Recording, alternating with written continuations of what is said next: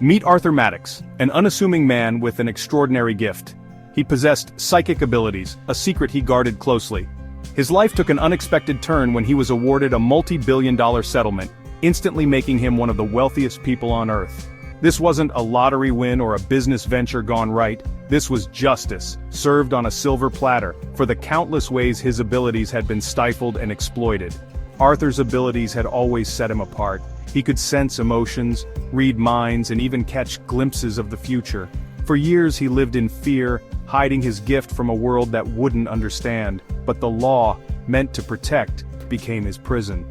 He was subjected to invasive surveillance, his privacy violated in the name of national security. His life was a constant battle against suspicion and fear.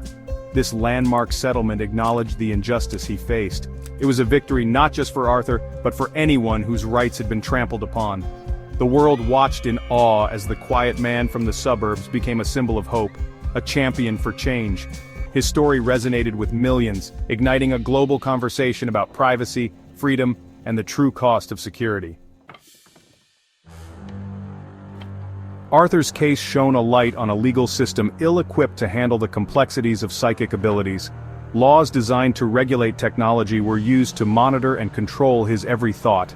Government agencies saw him as a potential weapon, a tool to be exploited.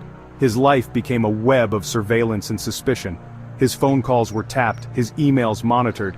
He was subjected to countless psychological evaluations, each one chipping away at his sense of self. He was even followed, his every move tracked by unseen eyes. The stress was immense, the constant fear of exposure a heavy burden to bear. This wasn't the life he envisioned, not the future he hoped for. Arthur's settlement was a landmark victory, a recognition of the profound injustice he'd suffered. But it was just the beginning. He knew countless others were trapped in the same system, their rights violated, their lives upended. He vowed to use his newfound wealth to fight back, to create a world where everyone, regardless of their abilities, could live free from fear and oppression. Arthur Maddox was a man of action. Armed with his settlement, he embarked on an ambitious endeavor to revolutionize law enforcement worldwide. His vision was radical, controversial, and undeniably ambitious. He believed in a world where justice was swift, unbiased, and absolute. He envisioned a global police force operating above the constraints of national borders and political agendas.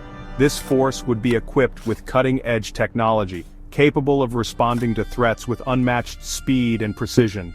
No longer would criminals find sanctuary in jurisdictional loopholes or corrupt regimes. The long arm of the law, guided by Arthur's vision, would reach every corner of the globe. His plan was met with skepticism and resistance. Critics called it a dystopian nightmare, a recipe for authoritarianism. They feared the erosion of civil liberties, the unchecked power of a global police state. But Arthur was undeterred. He believed that true justice demanded bold action, and he was willing to risk everything to achieve his vision. To fund his ambitious project, Arthur proposed a radical new system, blood taxes.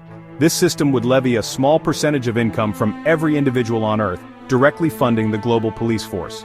This universal tax, he argued, would ensure everyone contributed to the collective safety and security of humankind. The concept of blood taxes was met with fierce opposition. Critics decried it as a regressive tax, disproportionately impacting the poor. They argued that it granted unchecked financial power to an unelected body.